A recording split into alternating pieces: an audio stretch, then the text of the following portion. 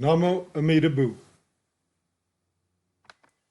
The Four Profound Thoughts Which Turn the Mind Towards Amida Dharma by Reverend Joshua Adrian Cilia. Chapter 3. Impermanence and Death. Quote, "This existence of ours is as transient as autumn clouds. To watch the birth and death of beings is like looking at the movement of a dance. A lifetime is like a flash of lightning in the sky, rushing by, like a torrent down a steep mountain." End quote. Nothing that can be found in samsara lasts forever. The outer universe, the bodies of beings in various states of existence, the social status and wealth, our so-called spiritual achievements, etc. The great world systems with their various realms and planets that appear due to collective karma of beings inhabiting them will disintegrate one day. Then other worlds will be born and die again. The long-living gods of higher states of existence know death too, just like any samsaric being. Rulers of vast celestial realms, as well as rulers of humans, will also die, and their kingdoms will disappear. Rich and poor, successful people or losers, all will leave their present bodies and will not take with them any of their worldly achievements or failures. Death is indeed the great equalizer. Quote, "Just as mountains of solid rock, massive, reaching to the sky, might draw together from all sides, crushing all in the four quarters, so aging and death come, rolling over living beings, warriors, Brahmins, traders, hunters, outcasts and scavengers, they spare none along the way, but come crushing everything. There's no hope there for victory against aging and death. By elephant troops, chariots and infantry, one can't defeat them by subterfuge, or buy them off by means of wealth. Therefore a person of wisdom here, out of regard for his own good, steadfast, should settle faith in the Buddha, Dharma and Sangha." End quote. As mentioned before, human life is very short in comparison with the lifetime of gods, asuras, and even some beings in the lower realms, and it is not fixed. Thus, we can die at any time, even when young. As Nagarjuna said, quote, "Life flickers in the flurries of 1,000 ills, more fragile than a bubble in a stream. In sleep, each breath departs and is again drawn in. How wondrous that we wake up living still." End quote. Indeed, as unpredictable as life is in human form, we should consider it a miracle that we have reached the years we have now, and so we should strive more to understand Amida Dharma and receive faith. A renowned Buddhist master gave the following good advice on how we should think of death in every circumstance of our life. Quote, "Meditate single-mindedly on death all the time and in every circumstance.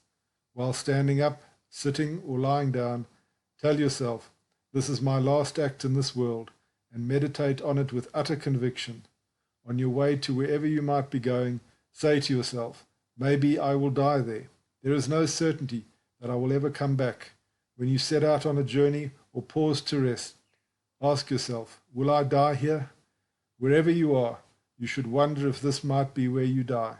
At night, when you lie down, ask yourself whether you might die in bed during the night, or whether you can be sure that you are going to get up in the morning.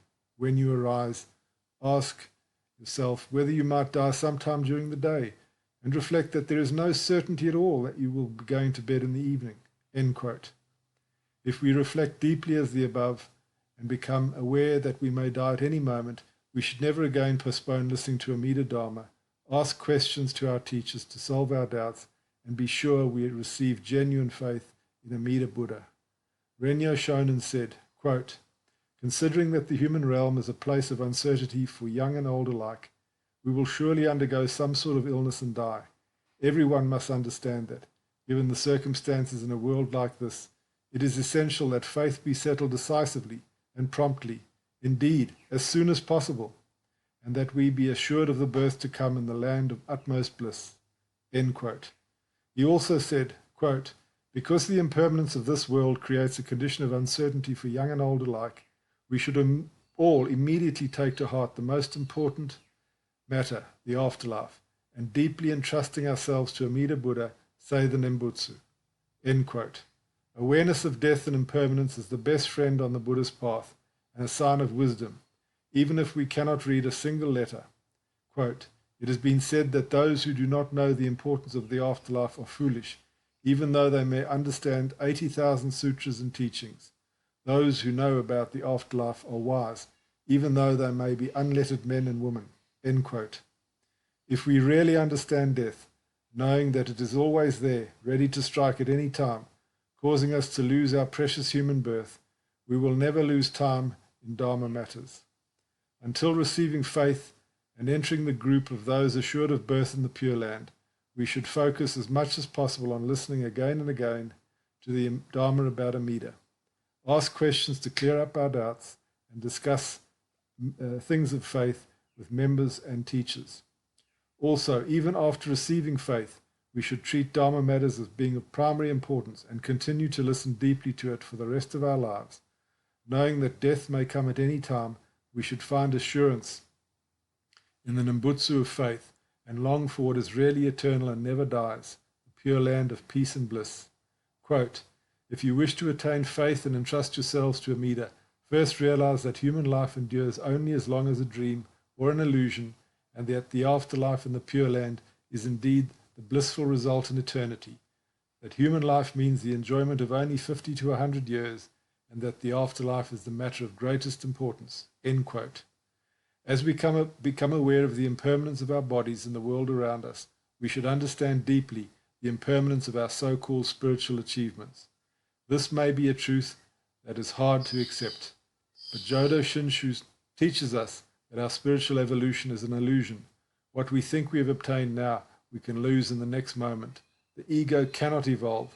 All it really does is constantly adapt itself to various coarse and refined attachments, from material pleasures to spiritual satisfaction and false nirvanas. The possibility of deceit are endless to those who rely only on personal power. Looking at our life from the perspective of the impermanence of both of our bodies and our so-called spiritual achievements, we can see things clearly and ask the right questions. What will happen to me if I die today? You should ask yourself this question. What will happen to you if you die today? Your so-called virtues are shallow, so your next birth, which may come even today or while you are reading these lines, is uncertain if you do not rely on Amida. This is the only thing that matters to you now. You're the man in front of the two rivers of water and fire. You're surrounded from all parts by all kinds of dangers which you cannot defeat by yourself, and Amida is calling to you. How can you not answer his call? Especially because you are an ordinary person, you cannot afford not to be sure where you go after death. So if you encountered Amida's helping hand, accept it immediately without any second thought. You must not assume yourself any risk, and do not allow death to catch yourself unprepared. That is without faith, Shinjin. Let smart guys and virtuous practitioners live in the so-called here and now. Realize emptiness, oneness, or whatever they say they realize. But you stay humble and cling to the sleeves of Amida. We followers of Jodo Shinshu path know we have no time to play with practices or concepts which are beyond our capacities and do not solve the problem of birth and death quickly. We are birth and rebirth quickly, death and rebirth quickly. We are not the kind of people who can afford any risk in such matters. Some people say that the Nimbutsu of faith is too much related with death and the afterlife, and that they prefer something, a practice or teaching, for the here and now. The world of spiritual seekers is filled with such ideas of here and now being a supreme goal, that we must learn to live in the here and now and not think about death or after death. But this separation is only a delusion. In truth, death is not separated from the here and now, as breath which comes out might not be followed by the breath which comes in. In the here and now we can lose everything. In the here and now we and our loved ones can stop breathing. In the here and now we may suddenly find ourselves in the afterlife, losing this human form, the chance of listening to the Amida Dharma and receive faith. Like in the good movie Groundhog Day, the minds of unenlightened people dwell constantly in an ever-repeating here and now. Unfortunately, they like this here and now so much that they even create spiritual ideologies to keep them focused on it.